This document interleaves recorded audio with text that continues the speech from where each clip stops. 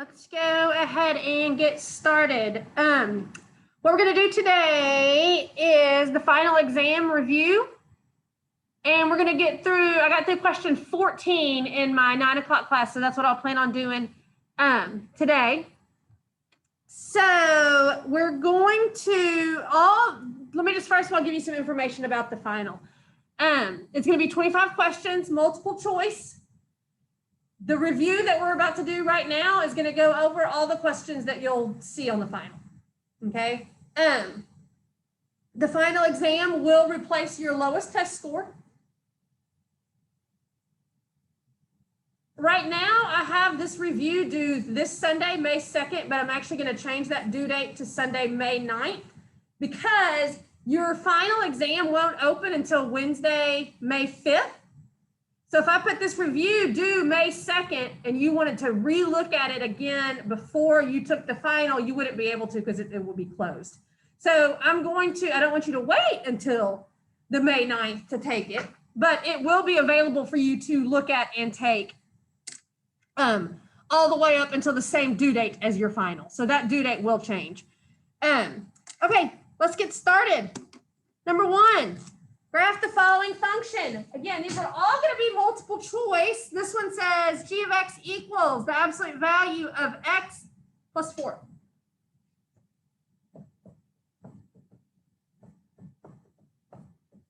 Okay, so if you knew 2 things about this graph, obviously you can go to your y equals and put that in and graph it, okay? But also just knowing the fact that absolute values graphs make a V, it's not going to be upside down because there's not a negative out here. That's what flips you upside down.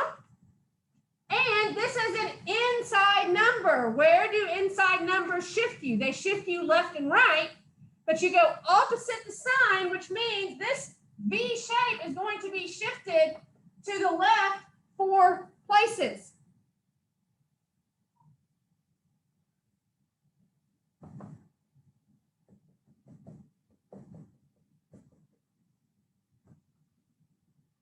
Now, also be careful here because look at these hash marks. If this x-axis goes from -10 to +10, each one of these hash marks is a 2, right? Not 1, but 2. You see what I'm saying? So even though it looks like this one's only been shifted to the left 2, it's actually been shifted to the left 4, right? Because if that's 10, then that's 2, 4, 6, 8, 10. Okay, so shifting it to the left 4, but if that's 10, that means that each one of these is a 2. So that means shifting it to the left 4 is going to move it here, and it's going to be the V shape moved to the left 4.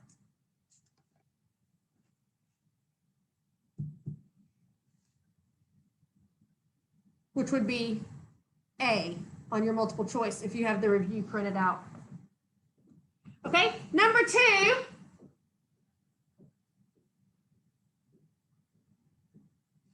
Gives you a function, f of x equals x squared plus 2x minus 7.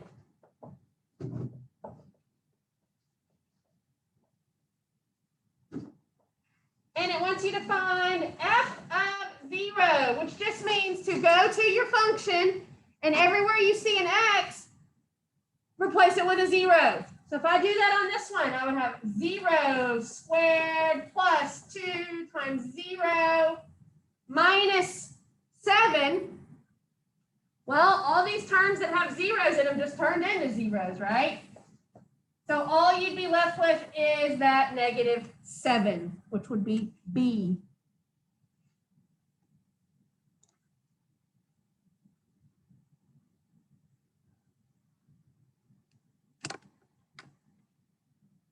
All right, number 3 gives me the shape of a parabola and asks whether or not it is a function.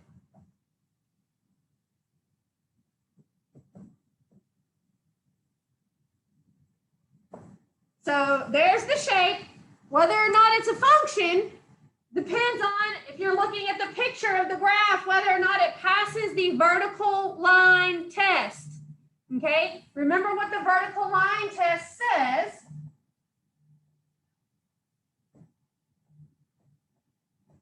The vertical line test says if you draw a vertical lines go straight up and down, through the graph, but you only touch it once, then yes, it is a function. So yes, this one would be a function. So the answer on that one would be yes. Here's what an example of one that does not pass the vertical line test, just so you have that example also.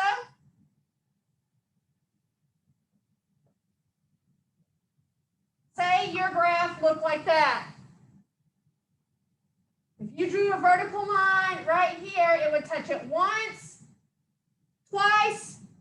This would be an example of not a function, right? So passing the vertical line test is what makes you a function. If you draw a vertical line and you can only touch the graph once, then yes, you are a function.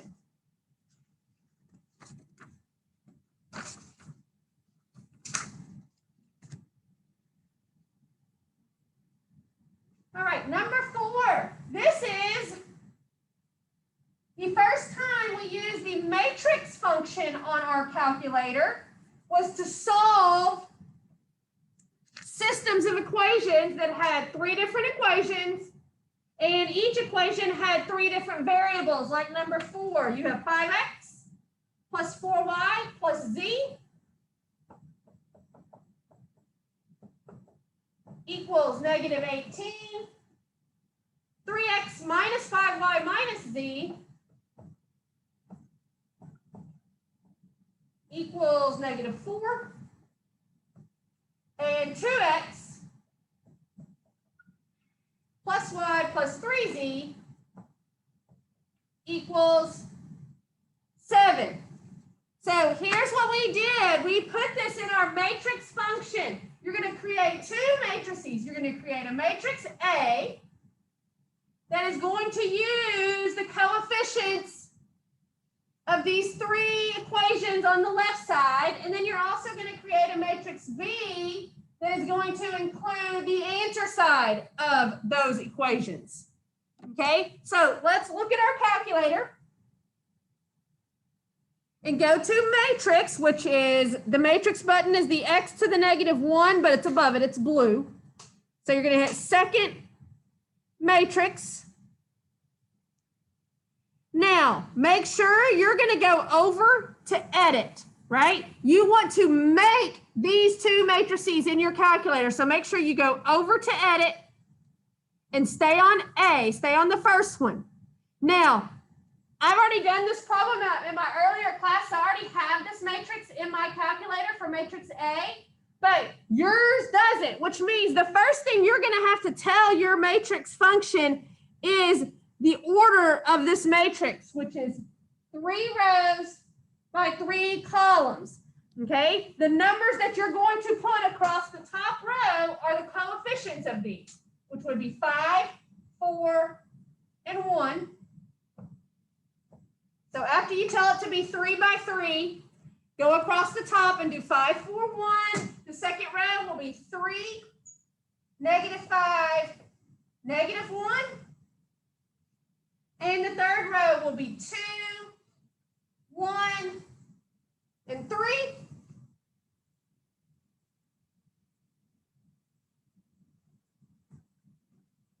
So, let's do that. So put those in. Now you want to do the second one. So hit second matrix. I'm creating the other net matrix now. So go over to edit. Make sure you go down to number 2, right? You want to go down to make your second matrix. So you're going to have to tell it, you're going to want to have 3 rows and 1 column. So tell it 3 by 1, and then put these numbers into this matrix. Negative 18, negative 4, and positive 7.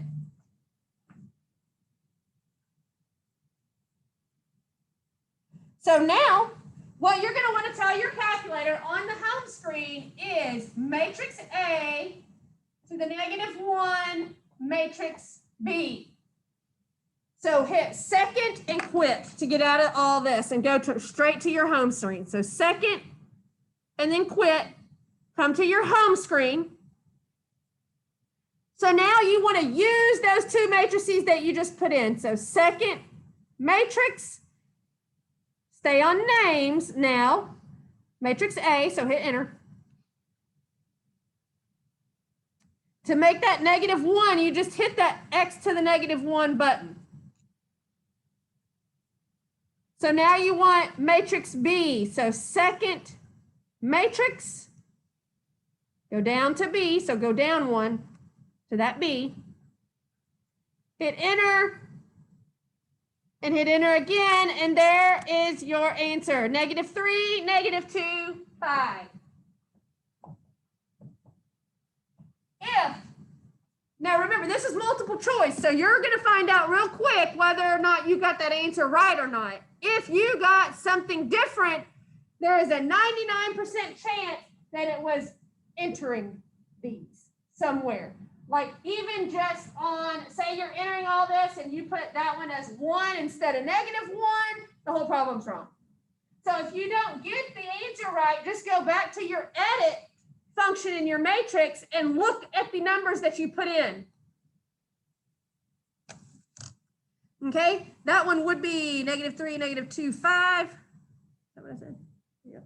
Which would be B if you have the multiple choice. Right, number 5.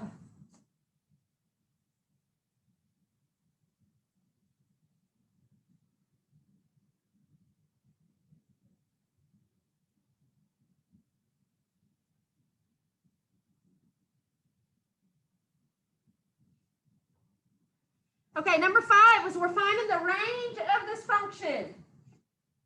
And your range is your y values, or in other words, what is the lowest point and the highest point of this continuous function? So let's look at where that would be.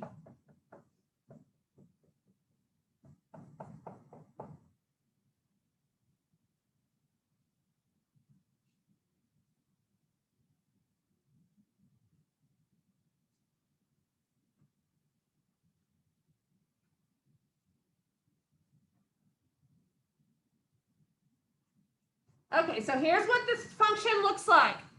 Now, it's kind of confusing because it puts a point here and a point here. This point is the highest point of the function, but this isn't the lowest, right? It goes below that. Here's the lowest point down here. That's the lowest, that's where you're starting. So what you're going to do, and they're going to use brackets around these numbers because we are including the lowest point and the highest point. You always use brackets if you want to include the number. So what is this one's y coordinate? In other words, where does it line up on the y-axis? At -4. So the range starts at -4. And then it ends, this is the highest point, and its y coordinate is 3. So -4 to 3 would be the range.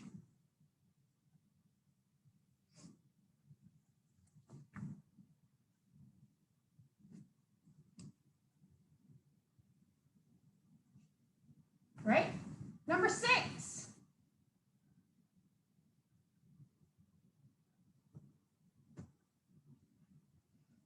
Doing the inequality, graphing an inequality. We've got 6x minus 7y is greater than -5.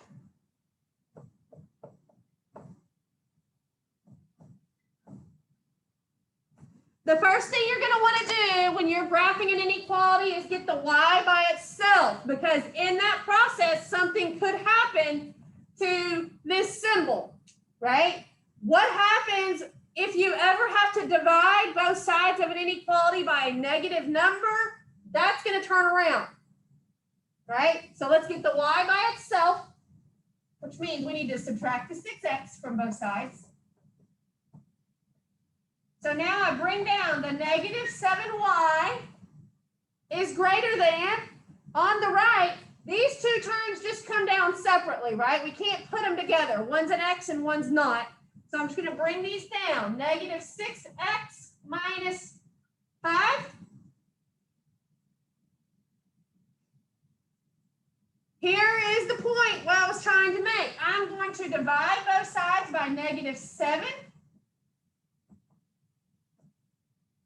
So y, since I divided by a negative, that's going to turn around to less than.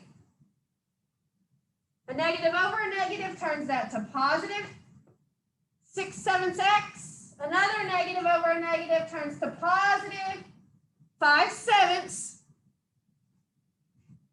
So let's put that in our y equals, and then we'll talk about how to narrow these down. So just go to your y equals and put in this equation, just like if you were going to graph a line. So 6/7x plus 5/7.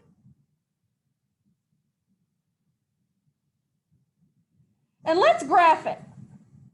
Okay? I'm not even going to plot points. I'm just going to kind of loosely sketch what that line looks like, because that's pretty much all I need to determine which graph it is. So this one looks like it goes something like this. Ooh, except what? Did I just do wrong? It's less than, it doesn't have an equal to bar, which means this line isn't solid. It's going to be what? It's going to be dashed.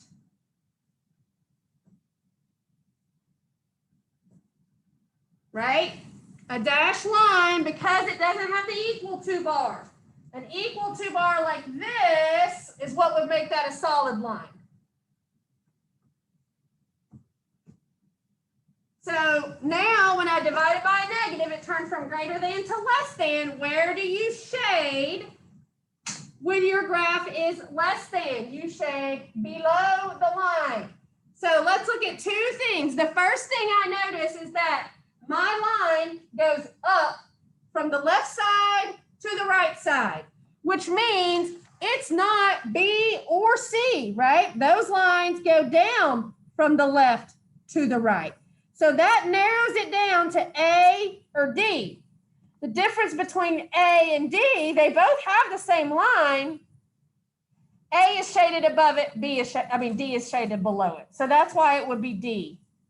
The line's going in the right direction and it's shaded below it.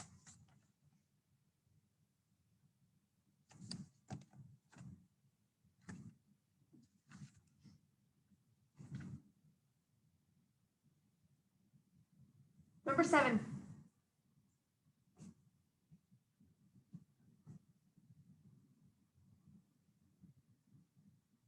Now, on number 7, the previous knowledge that they assume that you have before you work this problem is the Pythagorean Theorem, which is a squared plus b squared is equal to c squared. Because if you draw out what the wording of this problem says, it's going to give you a shape that is a right triangle, which just means your triangle has a right angle right there. When you are dealing with right triangles, the length of one side squared plus the length of the other side squared is going to be equal to what's called the hypotenuse squared. So let's look at what this says. It says a ladder is resting against a wall. Here's your ladder. Here's your wall.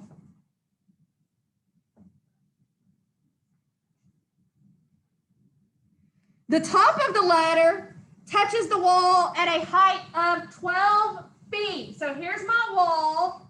There's the top of the ladder, which must mean that this right here is 12 feet. Find the length of the ladder if the length is 4 feet more than its distance from the wall. So here's the distance from, here's the wall. So here's the distance from the wall. The length of the ladder is 4 feet more than this distance. So I don't know the numbers for those yet. That's what I'm trying to find. But I do know that the ladder is 4 feet more than this distance. So that makes this distance x, because I don't know, and this distance x plus 4, because it's 4 feet longer than this one. So once you have that filled in, let's plug that into the Pythagorean theorem. The A side and the B side can be, these can be either way, right? It's just that the hypotenuse, the slanted side, has to be the C side. Okay, so let's just set this up. So I'll have 12 squared plus x squared equals x plus 4 squared. So let's see, 12 squared, that gives me 144. Bring down my plus x squared. On the right, I have x plus 4 in parentheses squared. So I'm going to FOIL that. I'll just do that down here, right? Because x plus 4 squared means x plus 4, x plus 4. So let's FOIL that. X times x gives me x squared. My adder, x times positive 4, is positive 4x. My inner is another positive 4x. And my last 4 times 4 is positive 16.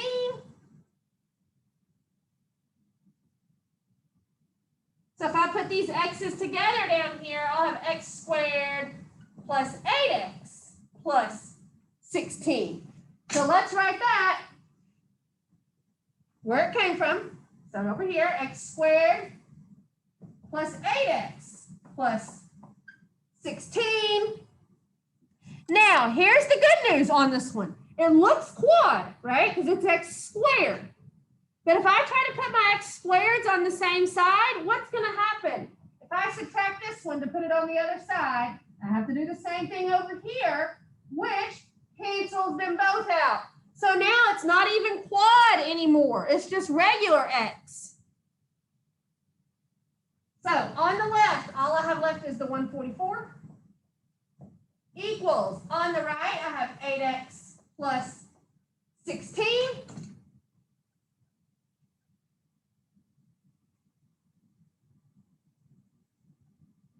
Get the x by itself, so subtract the 16 from both sides. So here I have 8x equals 128. Divide by 8. So there's your x. When you do this, what is that? 16. But be careful. Where does that 16 represent? That's your x, which means that's this distance right here. The question says, what is the length of the ladder? Here's my ladder, which means it's 16 plus 4, which is 20. So 20 is the length, 20 feet is the length of the ladder.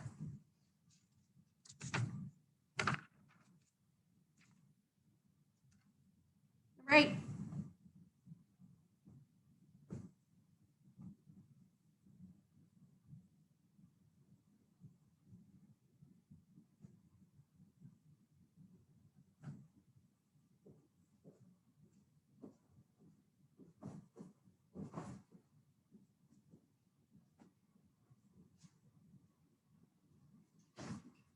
All right, number 8 says find the domain. You've got f of x equals x minus 1 over x squared plus 6x. So remember, when you have a rational expression, you've got a denominator with some x's. There are going to be a number or numbers that x cannot be, because the denominator of a fraction cannot equal 0, right? So I need to find out what's going to make that denominator equal 0 so that I can omit those numbers from the domain of this function. Let's see. if I factor this, they both have an x, so I can pull it out. If I pull the x out of x squared, I still have an x. Plus, if I pulled the x out of this term, I would just have the 6. Still can't equal 0. Here's my two factors. Neither one of those factors can equal 0. So x can't equal 0. And x plus 6 can't equal 0. So that one's already solved. X cannot equal 0. I just need to solve it, get the x by itself. So subtract that 6.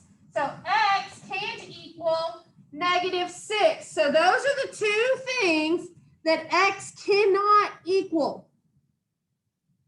Now, the answer is showing the domain in interval notation, which means I want to include every number on the number line from -infinity to +infinity, except these two numbers, 0 and -6. So let's think about where those would be. If my 0 is here, where would -6 be?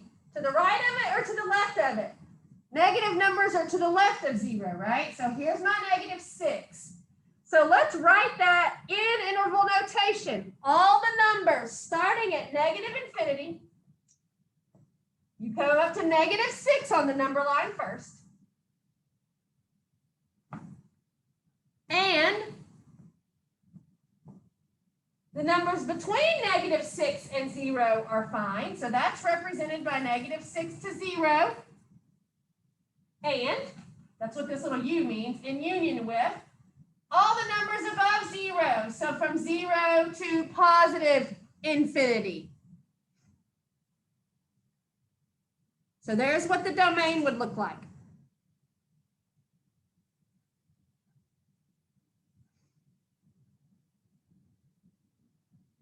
All right. Number 9.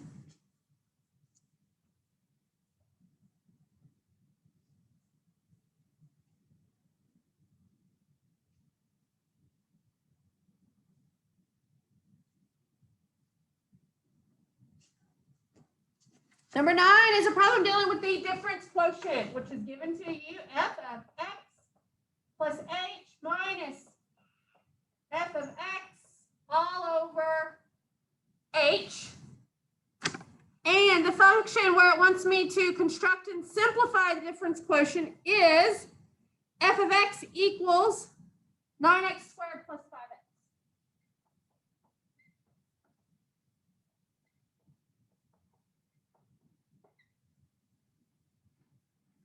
So, to construct the difference quotient, the first thing you need is f of x plus h. So that tells you to go to your function, and everywhere you see an x, you're going to replace it with x plus h.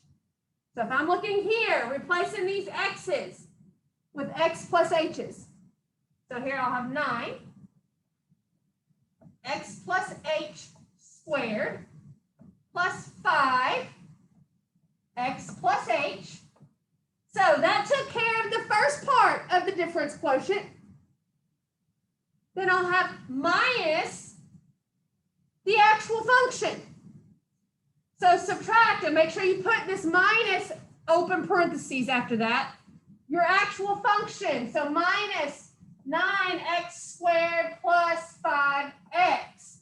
Now, the denominator is at h, but I'm not going to worry about that till the end. I got to simplify all this first. So the first thing I need to do is this right here, the x plus h squared. So I'm going to do that over to the side because I'm going to have to FOIL that. So x plus h squared means x plus h times x plus h. So I'll FOIL. X times x gives me x squared. My outer x times h is positive xh. My inner is another positive xh. And And then my last h times h gives me positive h squared. Now remember, a lot of times after you FOIL, the middle two terms go together. So how many xh's do you have? You've got 2 xh's. So I've got x squared plus, just put those together, so you actually have 2 xh's plus h squared. So this is what this x plus h squared turned into. So now I've got 9. Gonna put all this there, x squared plus 2xh plus h squared. And then I'm going to distribute the 9 to all of it. So let's see, when I distribute 9, I have 9 times x squared, that just gives me 9x squared, plus 9 times 2, that gives me, plus 18xh. And then the last one, 9 times h squared. So 9h squared. So that took care of this.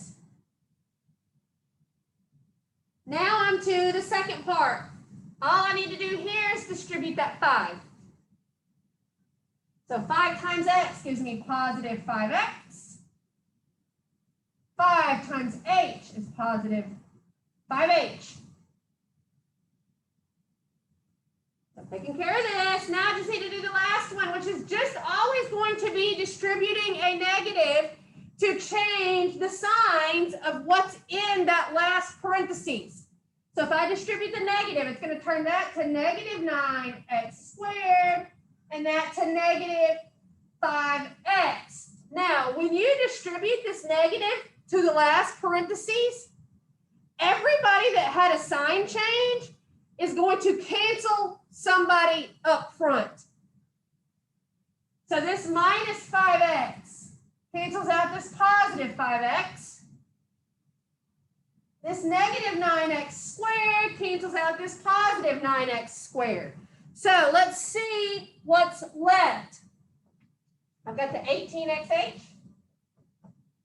plus I still have the 9h squared, plus I still have the 5h. Now, let's remember what the denominator of the difference quotient is. It's the h. So I also notice that all 3 terms that are left in the numerator have an h. So you want to pull that h out of the numerator so you can use it to cancel the denominator. So I'll pull the h out. So if I pull the h out of this first term, all I'm left with is the 18x.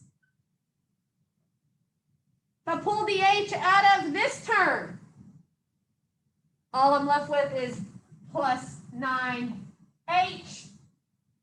If I pull the h out of that last term, I'm just left with plus 5. And again, the whole reason you pulled out that h from all of those terms is because the denominator is an h, so now you can cancel it. So all you're left with is 18x plus 9h plus 5.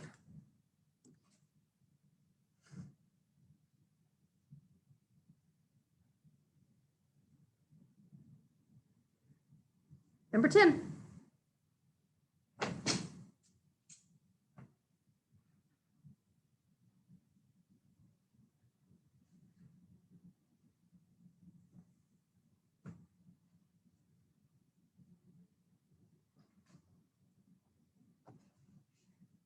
Graph the function f of x equals the square root of x minus 6.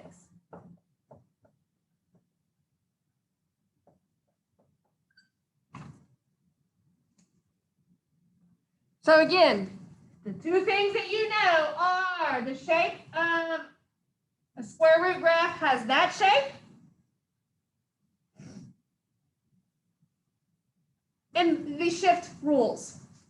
Right? This is an inside number, which means it's going to be a horizontal shift, and you're going to go opposite the sign. So this minus 6 is actually going to shift the shape to the right 6. Now, obviously, you could also go to your y equals and just punch that in your y equals and see how it looks. Okay, so which one of these has the square root graph shifted to the right? C does. It doesn't look like it's been shifted to the right 6. It looks like it's barely been shifted to the right 1. But if that's a 20, each one of those hash marks are 5s, right? So make sure you look at the graph and see what the hash marks are.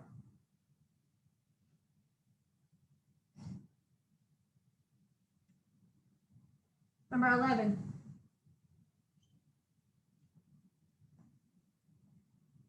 Talking about relative maximum and relative minimums.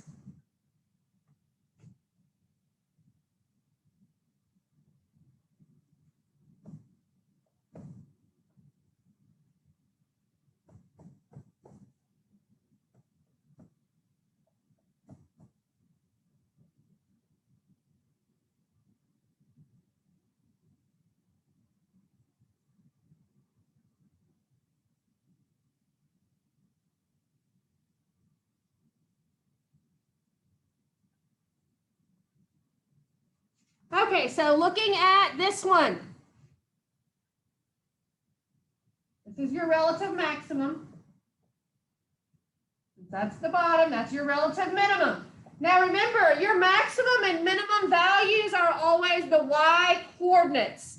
So when it says maximum, you're going to want to say the maximum is the y coordinate of that point, and it occurs at x equals, that's where you put the x number. So if we're talking about the maximum of this one, here's my maximum. What's the y value? So if I name the coordinates of that point, it would be at 0, 1. So the maximum is positive 1, and it occurs at x equals 0.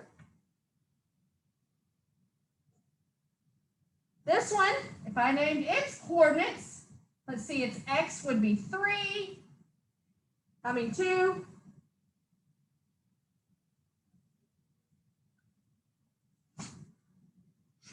And its y is at -3.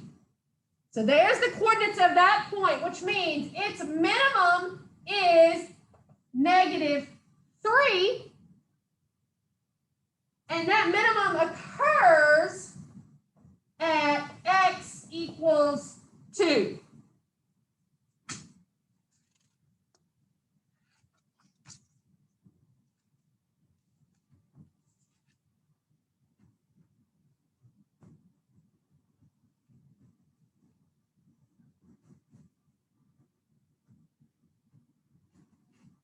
Right? Number 12.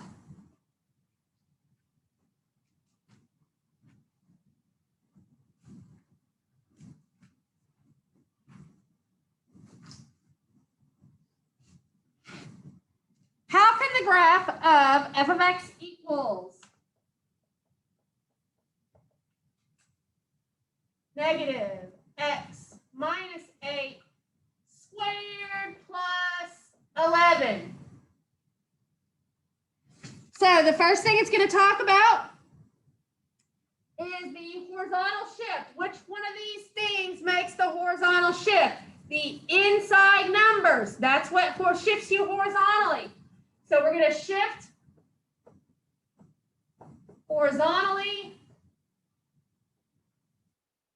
or how does it say? Yeah. 8 units. Let's see, if that's a -8, and I go opposite of it, I'm going to shift 8 units to the right. The next thing all your choices talk about is the reflection. What does this negative out here do? It flips it upside down, right? Which means it shifts it across the x axis. I mean, not shifts it, reflects it.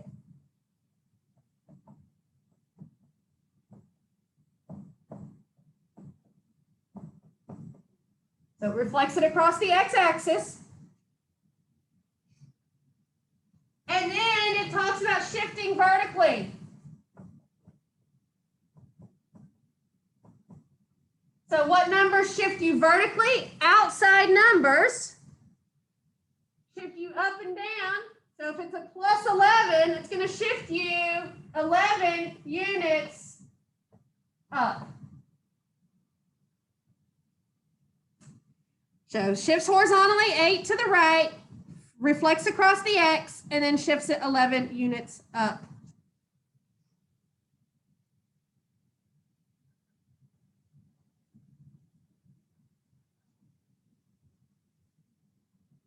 Number 13.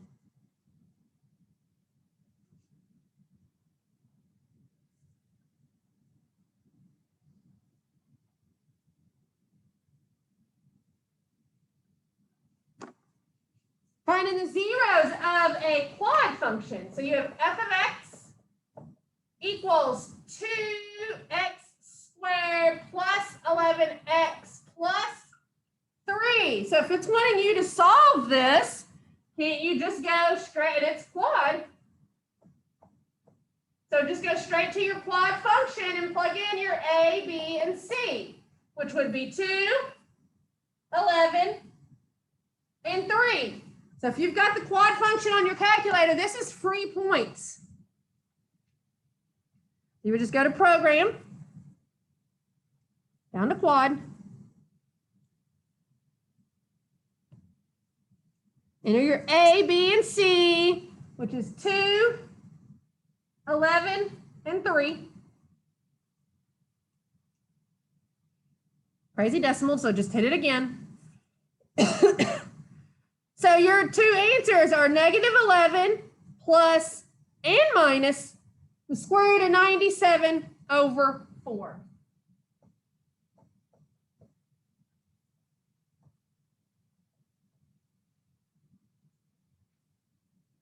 All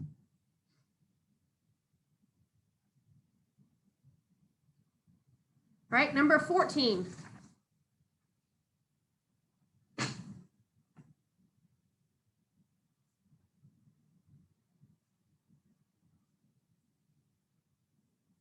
Finding the vertex of the parabola. You've got f of x equals 3x squared plus 30x minus 5. Okay, we did this two different ways. We did it in the calculator and we also did it by hand. I'm going to do it by hand first because sometimes the ones that are in the calculator, and I'm going to show you why on this one, it's hard to see. Okay, so the vertex, this is going to be a parabola, right? The vertex of your parabola is that point at where it changes directions. Okay, it is a point, which means it's got an x coordinate and a y coordinate. The way you find the x coordinate of the vertex is by using the opposite of b over 2 times a. Your same numbers of your are always your a, b, and c. So what would be the opposite of this b would be negative 30 over 2 times a. So your a is 3. So now you've got negative 30 over 6, which is negative 5. So the x coordinate of the vertex is negative 5. The way you find the y coordinate, remember f of x means the same thing as y, right? So I know that y is going to be equal to, well, now that I know what the x is, I just replace those x's with that negative 5. So I have 3 times negative 5 squared plus 30 times negative 5 minus 5. And then do some calculator work, right? Negative 5 squared is 25. So this really says 3 times 25, which is 75. Then here in the middle, I've got 30 times negative 5, which is negative 150. Bring down that minus 5. So let's see if I add and subtract all that. 75 minus 150 is negative 75. Minus 5 is negative 80. So there is your vertex. Okay? I will show you how to do this one in the calculator just because maybe the one on your review or your test does better in the calculator. So go to y equals, clear it out. And let's put this function in our calculator. So you have 3x squared plus 30x minus 5. Now remember, it's going to be a parabola. This one's just going to be harder to see. When I graph this, you see it went down over here, all the way over here on the left, and then it shot back up right here close to the y-axis, which means its vertex is way down here where my finger is. Now, when we talk about the vertex in the calculator, we need to know whether we're finding the maximum or the minimum, which means is this one at the top or the bottom? It's going to be the minimum of this parabola. So when we do this, we're going to go to second calc, which is your trace button. So after you hit second, hit the trace button. You're going to tell it to find the minimum of this parabola. So go down to 3. Then it's going to ask you two things. It's going to want to know, here's my cursor, is it on the left side? Now remember, it started over here, went way down here, and then came back up over here. This is the right side of the parabola, which means I need to hit this left button until I see my cursor over on the left side. Okay, and you can kind of see where it's still going down. I still haven't got to the minimum because my y values are still going down. So until they start to, so now they're coming up. So in a minute, I'm going to see the cursor over there. So there's my blinking cursor. So go ahead and hit enter because it's saying, is your cursor on the left side? Since it is, hit enter. Now, hit it right until you see it back over here on the right side. So I'm just hitting my right arrow.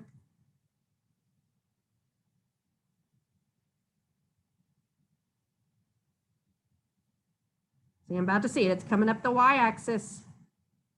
There's my cursor on the right side of the parabola. Hit enter twice. So here, -5, -80, which is the same thing you got when you did it by hand. So I did it both ways just to show you that if you put it in the calculator and it's kind of hard to see where that vertex is, then you have the by hand option also. Okay, I will finish this review on Wednesday. So we'll start with number 15.